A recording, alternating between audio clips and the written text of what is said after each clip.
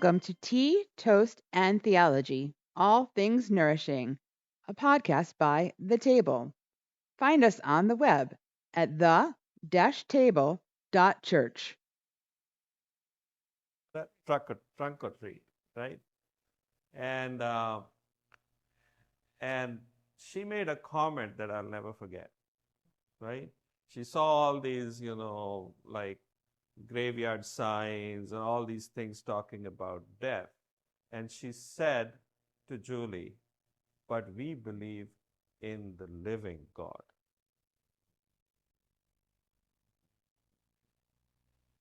See? Kids learn a lot by hanging out just around here, right? Uh, right? Then she said, but we believe in the living God. And it's so true. We believe in the living God. Now, John raised a question. What is this thing about all saints? And and I would even extend it. We had a little bit of discussion last night. Some of you were there. So please feel free to jump in and add to what we talked about. Um, and any questions that you may have after that conversation. Um, but essentially, the question last night we had was, what is this? What is this thing called the uh, Halloween, right? Because at the Wednesday service, at the Wednesday Bible study, somehow we started talking about, before we went into the Bible study, about this thing called Halloween. And I said, referring to the post that I made on Facebook, that this is the only thing on the church calendar that the whole culture likes to celebrate, right? And because it's a church thing, right? And Chris said, don't tell them it's a church thing, they'll stop celebrating. Right? So, what is this church thing called All Hallows Eve?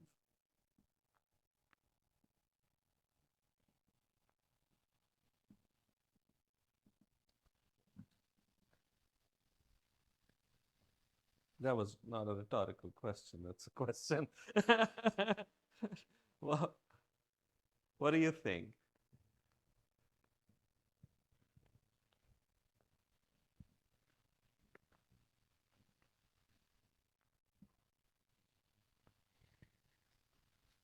If Craig was here, he would say, and he emphasized it throughout last evening, it's all about the candy. No, well, Fred, yeah, Fred is here, and so did Craig. So, right, yeah.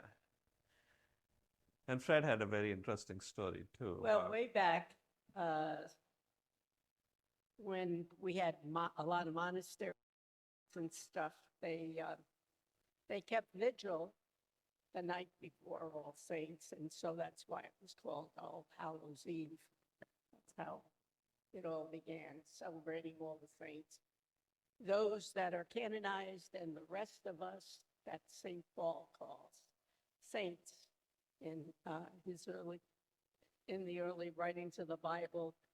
They addressed everybody as the saints from Ephesus and the saints from Corinth when he wrote his letters. Mm. That's how he addressed the people, Mhm. which means we're all saints. Mhm.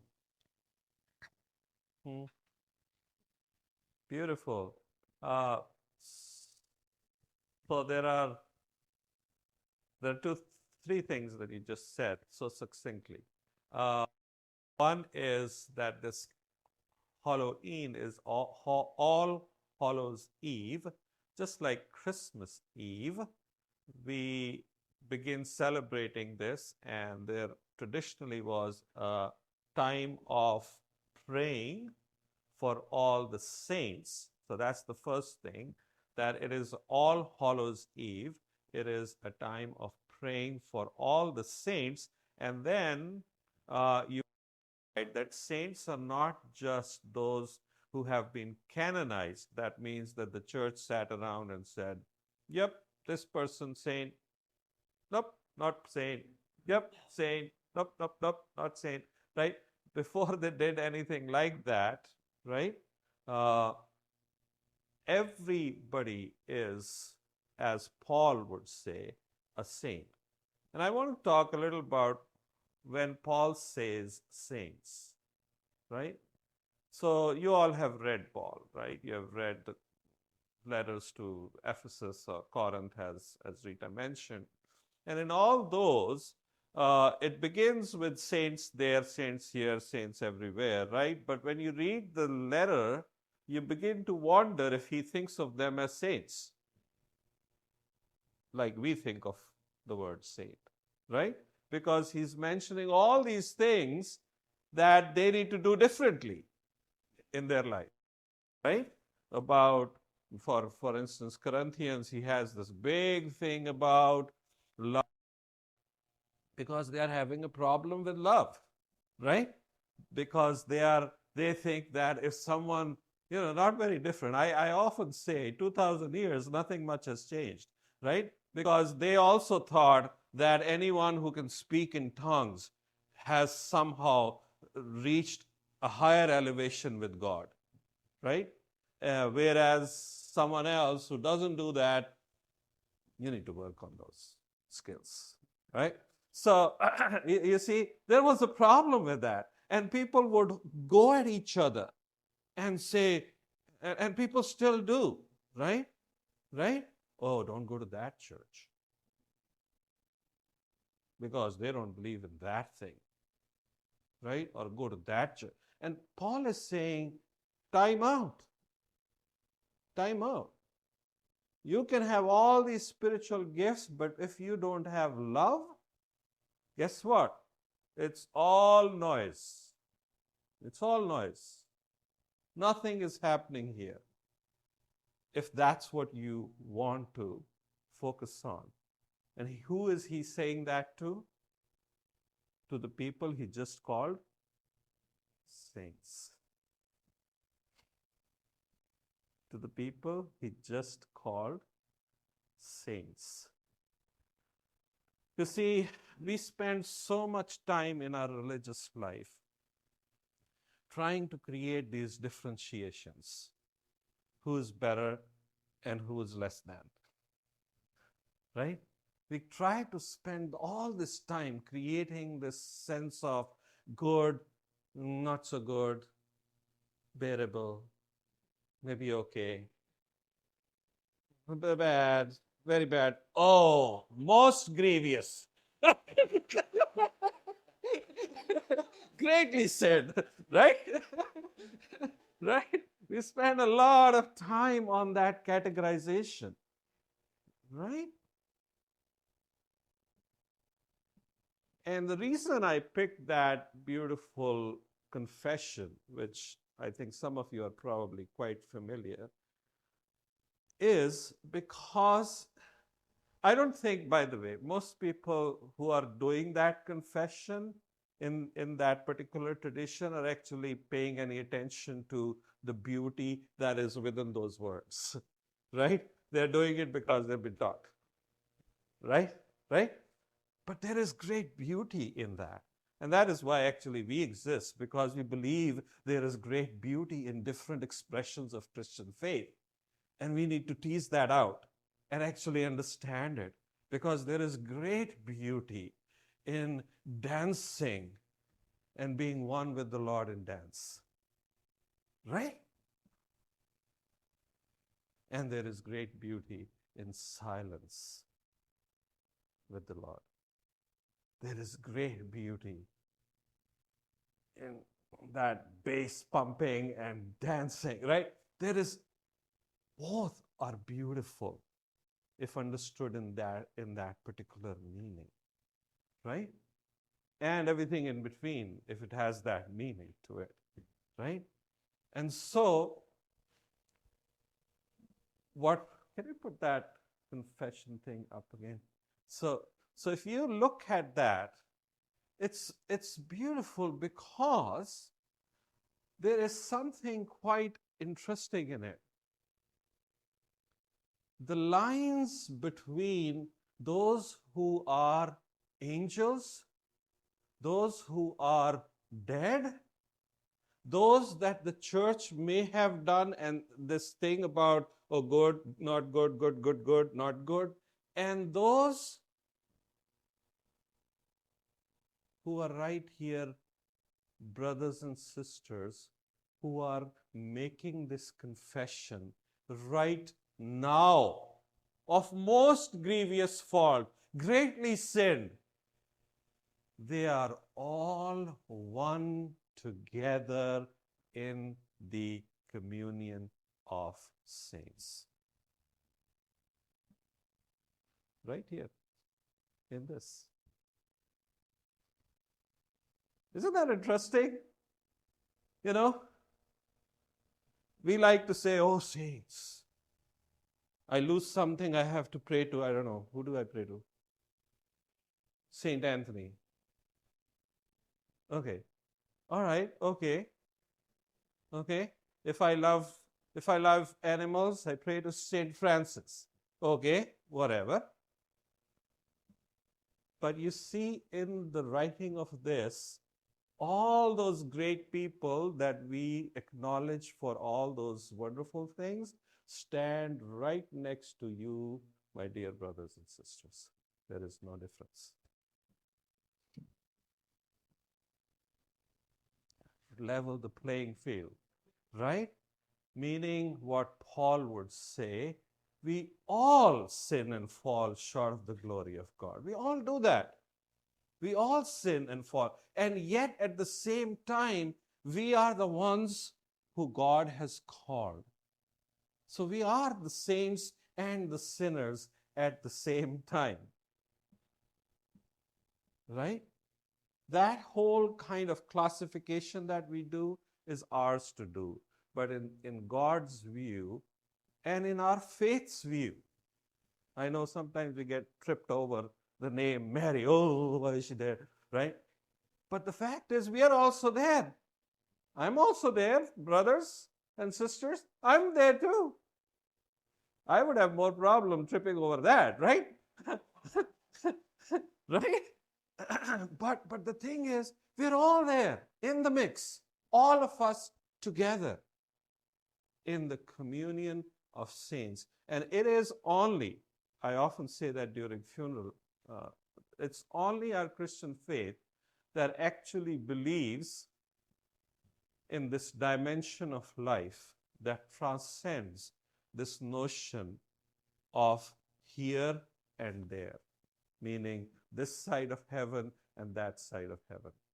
It's only in Christian faith that we actually believe that that is level playing field.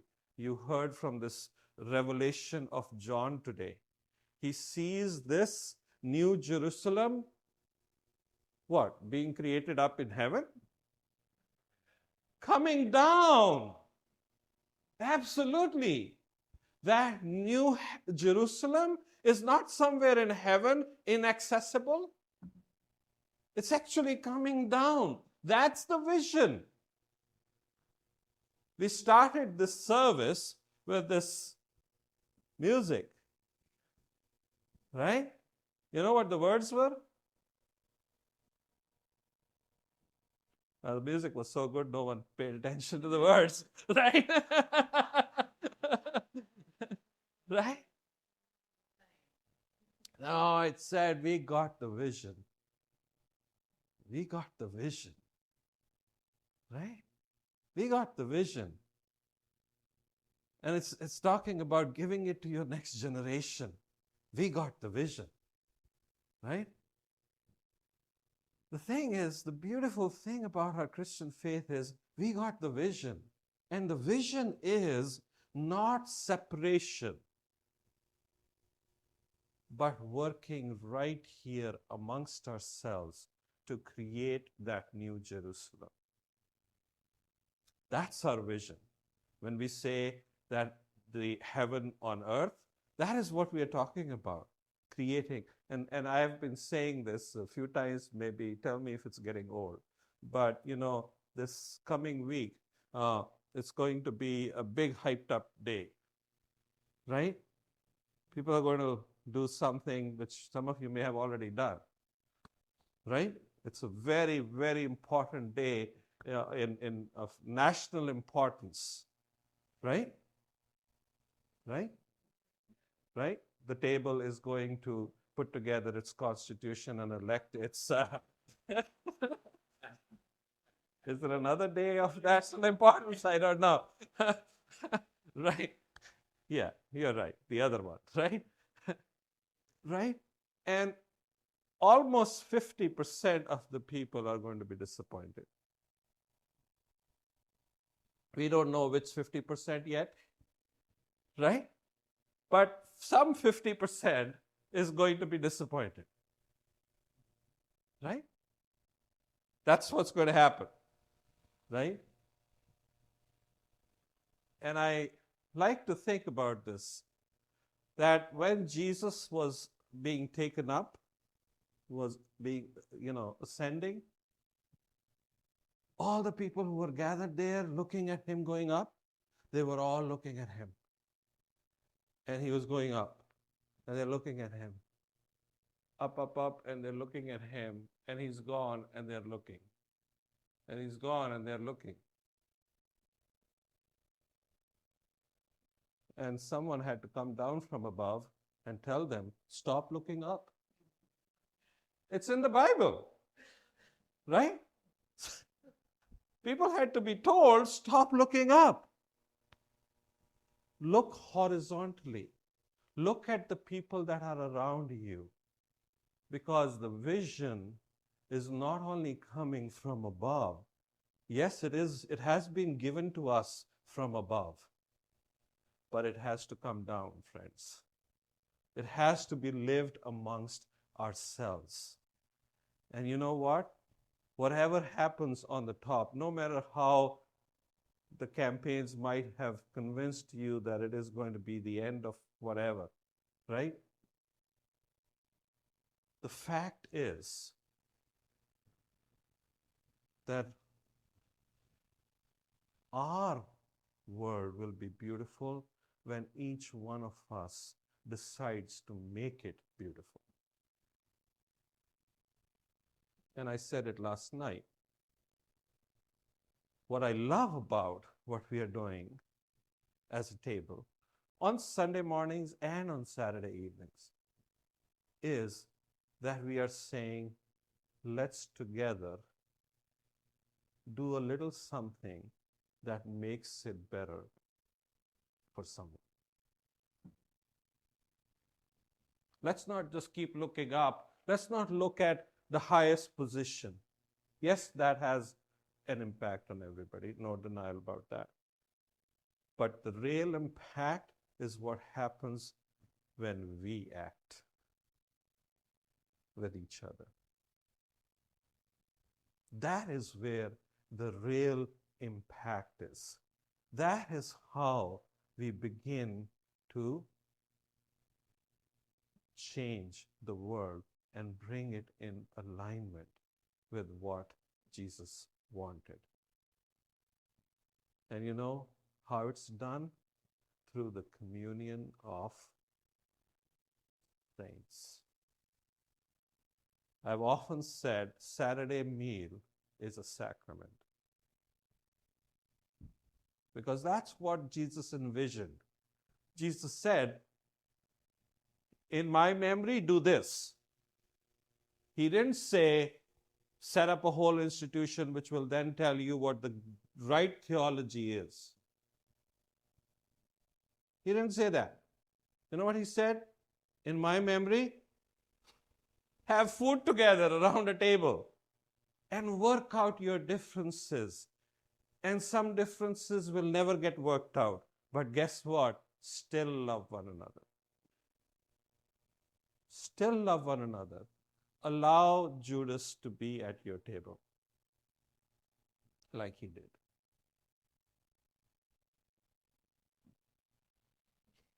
That is the most difficult thing in the world to do. I have often thought of it, what it took for Jesus to say, okay, here's the food, here's everything, I'm washing your feet and everything. And then at the end of it all, he turns to him and says, now go do what you have to do.